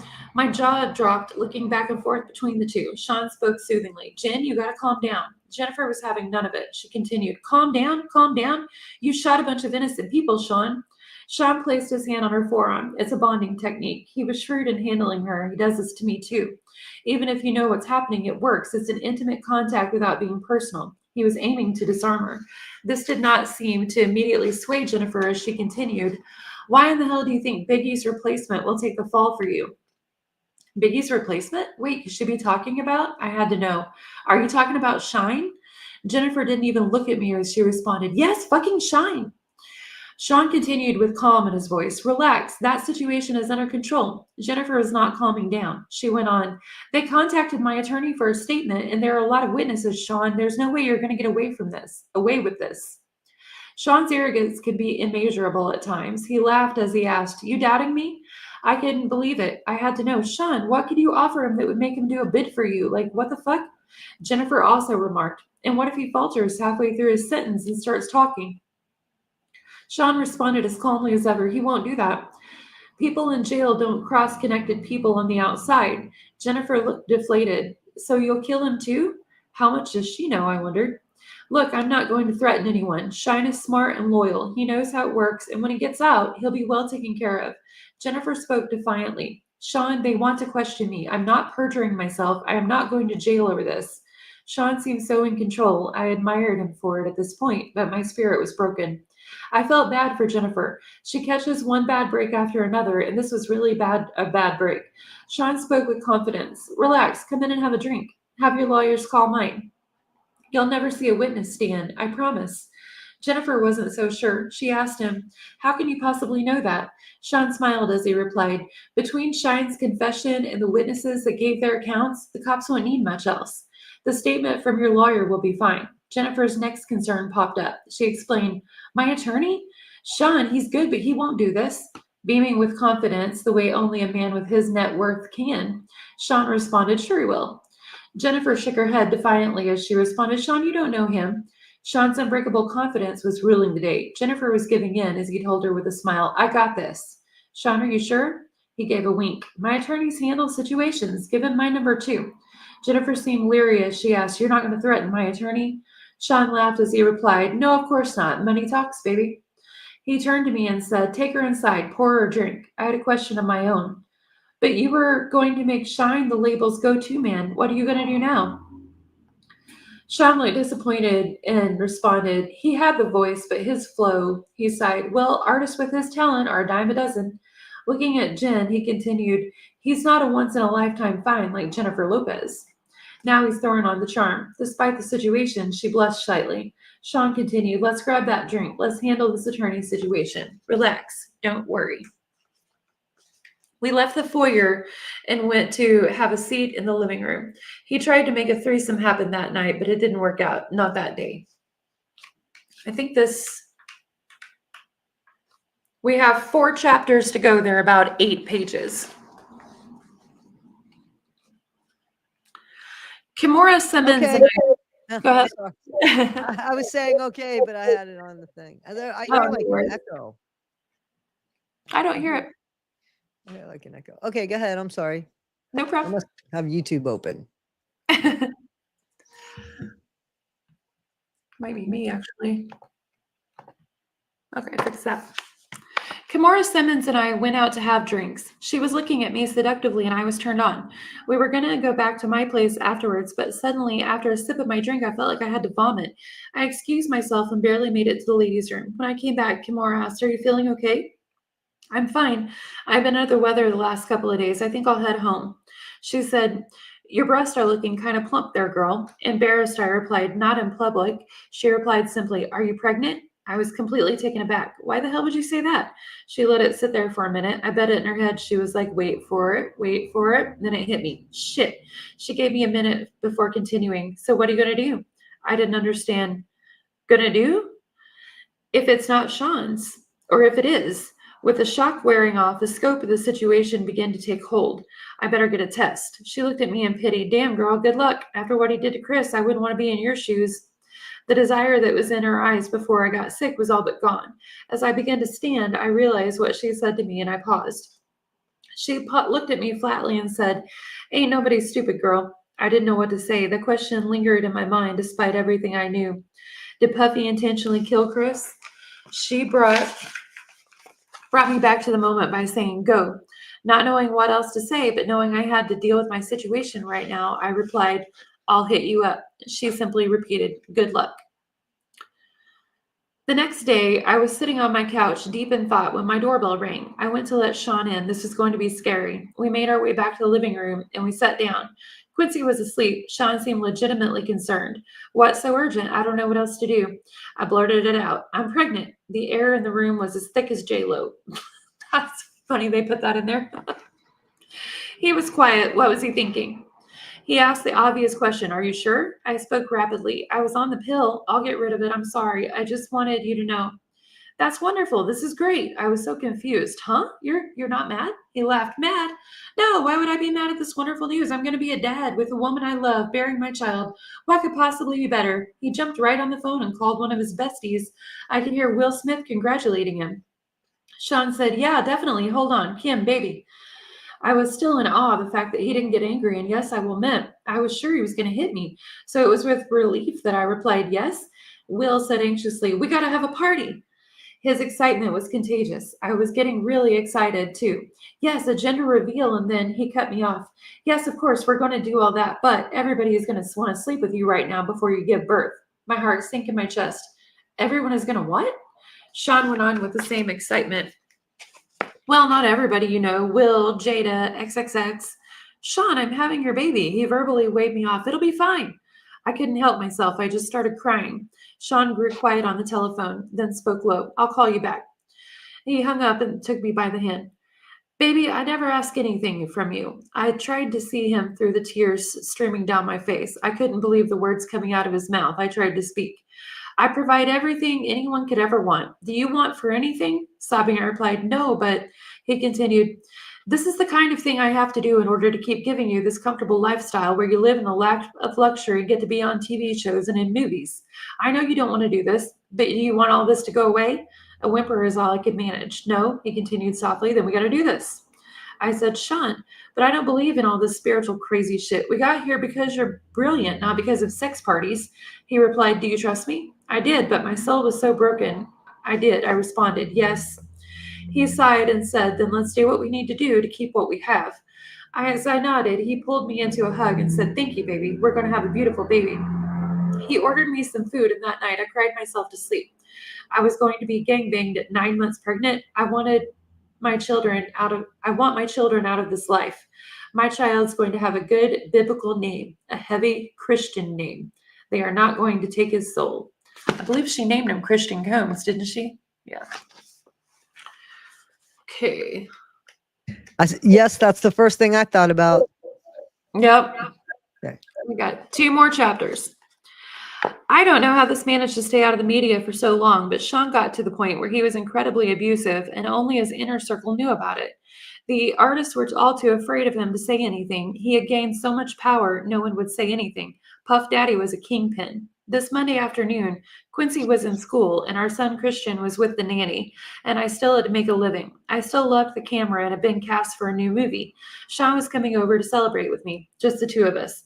I was in the bathroom when he came in. We were supposed to go out for dinner, but he was in a foul mood. He yelled, "What the fuck?" And I would have to walk on eggshells as I come out of the bathroom. But I found him holding flowers, so I smiled. "You brought me flowers?" Sean yelled, "No. So who the fuck are they from?" I was bewildered and told him, "Honestly, I don't know. Probably just a fan." He threw the attached card at me. I picked it up and read it. He slapped me so hard I hit the ground. Sean yelled, "Who the fuck were you out with the other night?" I looked down at the card that was laying on the ground next to me, and it read, "The other night was amazing. We must do it again." I tried to explain. "Sean," he threw the flowers at me, "that's not how this works. You have my child. You don't touch anyone unless I allow it." I yelled back, "It was coffee with the producer. It was nothing." He glared at me and asked, "Who the fuck is this producer?" I was desperately trying to calm him down as I responded, "From the movie. Calm down." He picked up my coffee mug and slammed it against the wall. Coffee flew everywhere as he yelled, "Who the fuck is this N-word think he is?"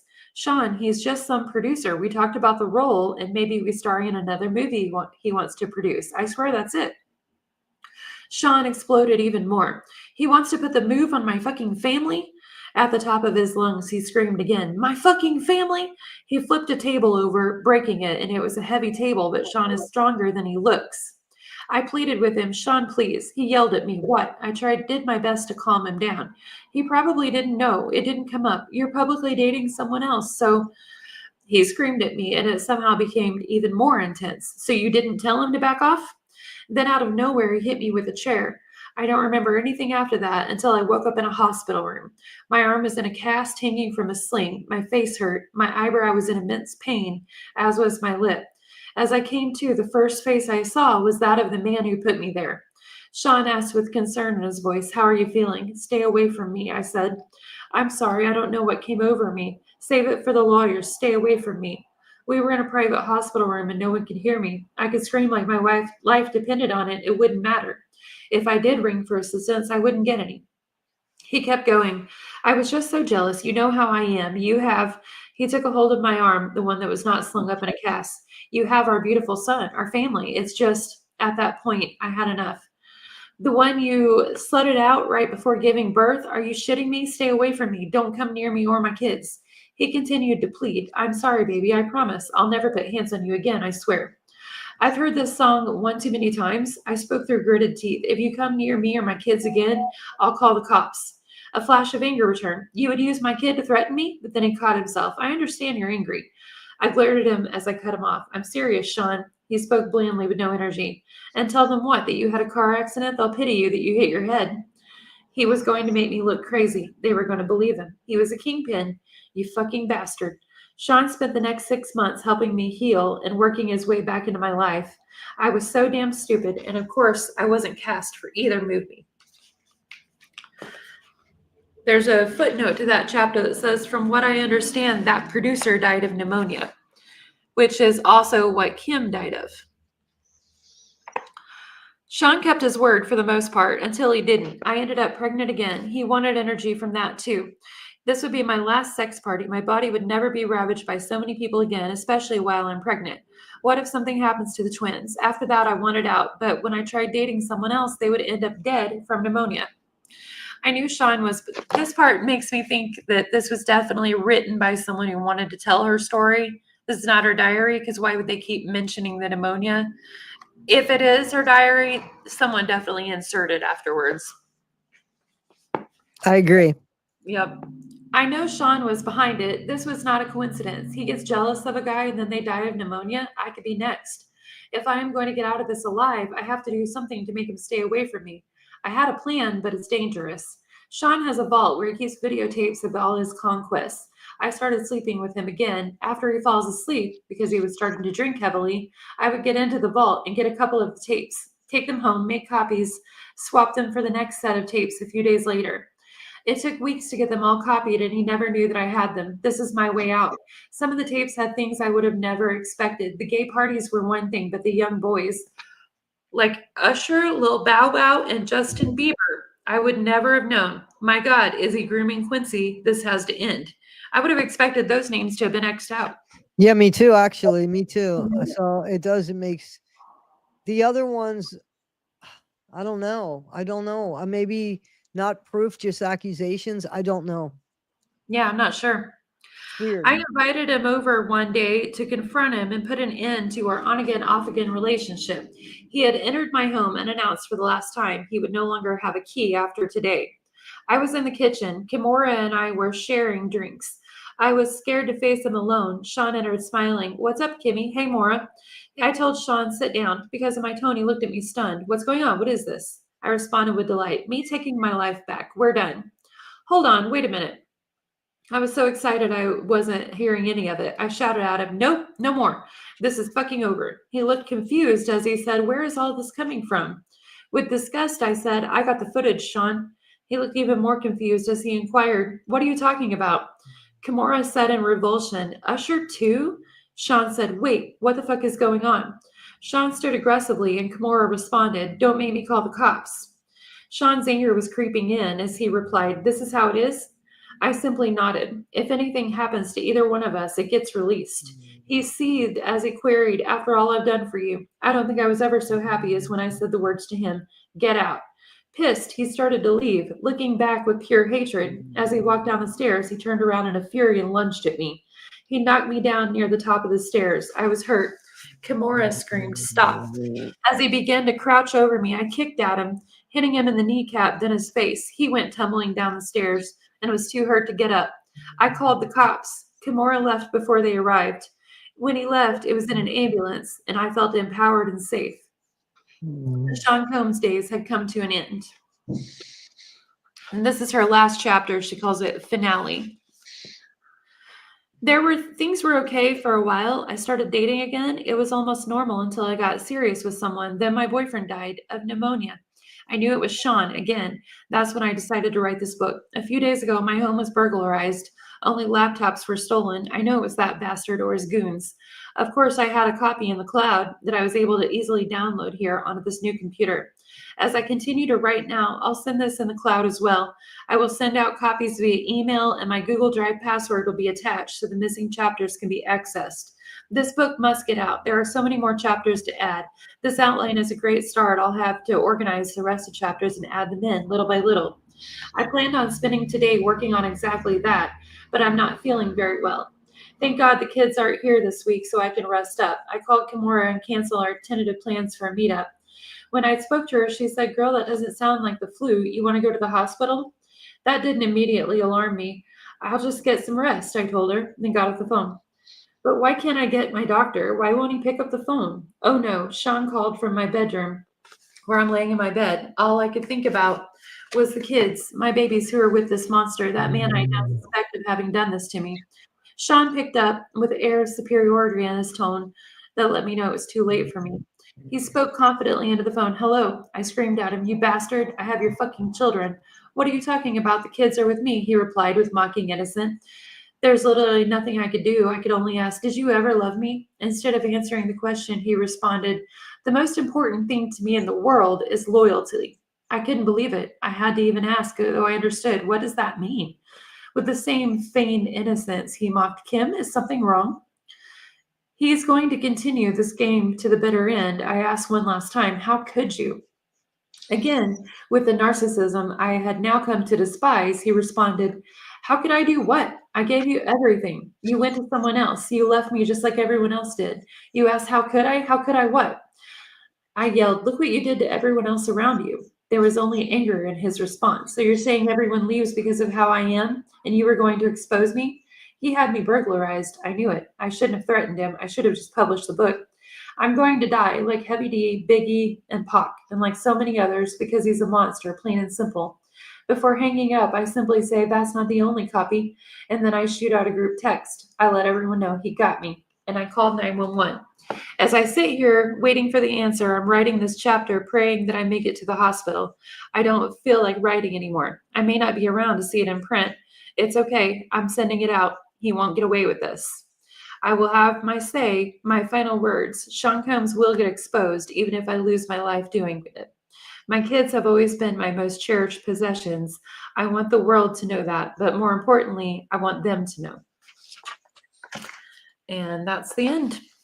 Okay, so we know she didn't write the ending of that. No. I don't believe, I really don't believe that this is her writing. I think, like you said, that someone knew her story and decided to write it as if it was her. Words, yeah. So when did you buy that book? I can't remember. It was several months ago, but it was only on Amazon for maybe a week or two before they pulled it and banned it. I bought it immediately. Yeah, I guess you did, because that's very suspicious. And it doesn't say who wrote the book. It says basically written by Kim Porter.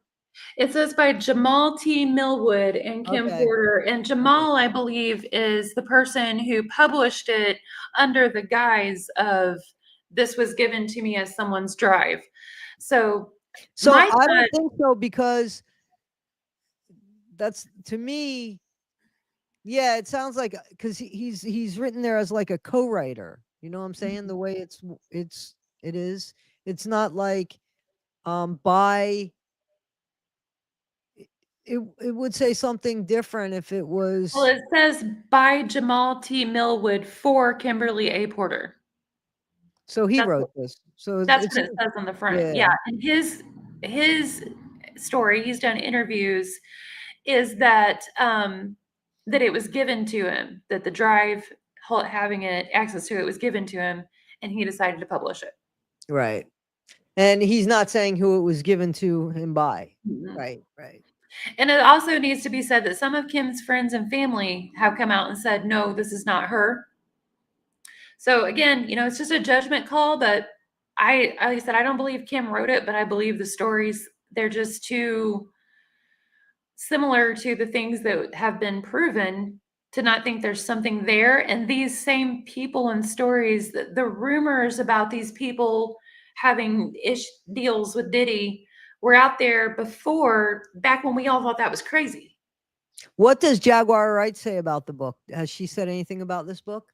I Or don't do you know. know? It's a good question. I haven't 'Cause I think she knows. I honestly, obviously think she knows so much. And she's been screaming it for a long, long time. I Mhm. think that she just knows so much. Um, yeah, I think that there's a lot of truth in it, but then I think that there's some stuff that was put in there conveniently, you Like the know. pneumonia stuff, like And there's even the J Lo knocking at the door, like I didn't know that just didn't it didn't I don't know. It just I do believe that J Lo, was involved in it, but I just think a lot of it's just too convenient. I mean, I don't know. I yeah. could be I wrong. The J-Lo part I believed because they didn't try and overdo it and have her be, like, involved, like, I mean, she was there and she was upset about it, was the way that they wrote it. If they would have had J-Lo saying crazy stuff like, that she condoned it or, pulled the trigger, Well, stuff she like that, I basically believe that. condones it when she doesn't call the police about it, and she witnessed Well, it. yeah. Yeah, that wasn't a good So word to choose because 'cause you're yeah. absolutely right there.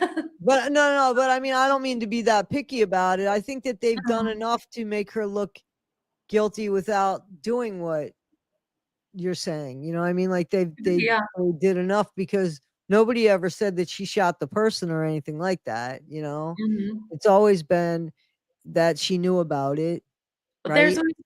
there's always been a witness statement from the trial that she had a gun in her bag, and the when the police were in pursuit of her and Diddy, that she threw it out the SUV. Yeah, but she didn't do it. I've heard that too, but she didn't do any of the shooting and No, I don't know. I feel never like that just finished. kind of I don't know. I don't know. I feel like that was really convenient. Mhm. A And lot of it's way too convenient to have been anything Kim actually wrote herself, in my opinion, but I wonder what those names that were crossed off. I wonder what that was about. If because unless they were older and those were actually children, unless how well old was Bieber? Oh, they only had to be 18. Well, that's what I was gonna say. I mean, when you said underage, my assumption was Bieber and Usher because there's that horrible interview that's out there where Usher and Bieber both got sent to puppy camp, at different Right. times. Well, They right, were right, doing 13, 14. right, right. So I thought they Yeah. were gonna be the people X'd out. So I was really surprised when I got to the part where they weren't. Makes me wonder about the people X'd out. Yeah. I wonder what's going to be of all of this. How do you think this is going to, when's his trial now? Not until, when is it? In 2025, is it? Yeah, I think it was gonna be May of this year, 2025, but, I'd have to look again because I think that there was an issue and it got pushed back, so I'll Yeah, have to it's look. already 2025. My bad. My bad. I'm Yeah, sorry. no Um, worries. Milk Honey Mayhem said, "Leave but I J-Lo thought it was, stand." She's huh? complicit, but still. I was reading a comment. I feel like, I don't know what's going to be, he should be getting used to jail. You know what I'm saying? Like you would think, I don't know. Well, the I entitlement He The still has entire it in jail, I heard. Yeah, well, and do you know he went to New York knowing he was gonna be arrested.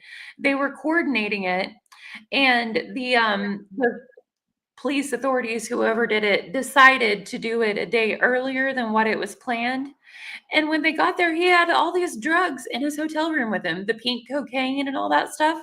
Right, right, right. So it's like the entitlement, he literally knew he was gonna be arrested, he knew it was scheduled for the next day, but he thought he could just still Have continue a on. party. Have Yeah, a party. continue He on the wanted to same have one course last party, man. Just while well, waiting I because think he thought it was gonna be a joke. Like, I think he thought he was gonna be out. I don't think he thought he was gonna be spending a night in prison, let alone or in jail, let alone what he's doing now. I yeah. think that came as a huge surprise to him, you know? Oh, yeah, he'd always gotten by with everything, so I don't think he had Yeah. any expectation. Someone says he was taking pictures with fans just before he was arrested, selfies. Yeah, I believe it. I think Mhm. that I saw some of that, but I think the thing that really was the turning point for everybody, honestly, was the video. And Yes, even didn't the judge even make reference to that video? yeah, yeah, nobody can unsee that video. No, you Yeah, can't even unfeel that video, man. You can't right. even. I just and she was leaving. That was because I've done a video on that. She was Mhm. she was just leaving. Like she He was was trying fucking to just escape. leaving, man. Like Yeah, she wasn't coming at him or anything, just leaving. Yeah. yeah. Well, and that's why, kind of wish whoever wrote this would have mentioned stuff about Diddy's mom, but Diddy's mom come out in defense of him, and, I have to say, I just can't imagine having a child accused of heinous things, and I might act a fool and say ridiculous things defending them too, but I'm fortunately not in that position, so hopefully I'll never know.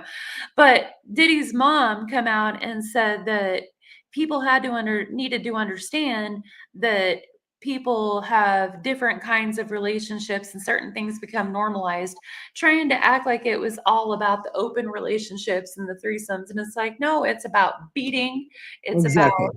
statutory rape of men and women, it's about drugging, coercion, it's about lack of consent. Like, everybody Right. is free to be as freaky as they want if everybody is an adult and is down for it and knows what's happening. Right. Right. But I yeah, hear you. that's the spin she tried to put on it. Yeah, but I mean, public opinion, she's not good. You know what I Mm, mean? Like she's not very good public opinion. I heard the thing that she said about what people do basically. I still want to know what the response is to the kicking and the beating and the mhm. all of that. Like what's the response to the video? Exactly. Yeah, 'cause, that has nothing to do with what Diddy was out doing to Cassie in that hallway, beating the ever living crap out of her and Right. dragging her by the hair and the shirt and everything Yeah, else. he's not being penalized for any of that. He might Mhm. be judged for that. You're gonna have some people say, "Man, I want to go to a Diddy party," and then you'll have some people say, you know what I mean? But it's not that. It's the underage. It's the beating. It's the sex slave. It's the Yes, trafficking. It's the RICO act with him. To be honest with you, because it's true. Everybody was involved. For the sole purpose of what it was for. definitely. Everybody was working in connection with it. So yeah, yeah. Wow. Well, thanks for reading that book. I don't think that I would have gotten that book, to be honest with you. I wouldn't have certainly gotten it now. So I Yeah. wouldn't have had a chance to even hear that book. Yeah, whenever a book comes out that I know is gonna be pulled really fast and it's not ridiculous expensive, I try to grab it just because I wanna know what we're not supposed to see. Right, right. How But much was that book, if you don't mind me asking? I think it was $10. Oh, that's not bad at all. Yeah. And they had to have like, I wonder how many books is they don't even have the reviews on that book, huh? No, like, even in my purchase history, if I go and try and click on it, I It can see won't it in my show. purchase history, but when I click on it, it's like a 404 error. Wow. Wow. Okay. But, All right. yeah. Well, Fair I guess enough. we probably better wind up. We've been going about 2 hours. Thank you so much for being here with me, Toddy. Does Thank anyone you have for any reading to me. You're welcome. Anyone have any questions before we dip out of here? Looks like everyone enjoyed it. Thank you all for being here. We appreciate y'all. Absolutely. Awesome. Well, it looks like everybody's pretty good. We're just getting a lot of thanks. Okay. Cool. Well, thanks everyone for being here. Appreciate you, Toddie. All right, you too. Thanks, out. 1980. Good seeing you. Be well. You too. Bye.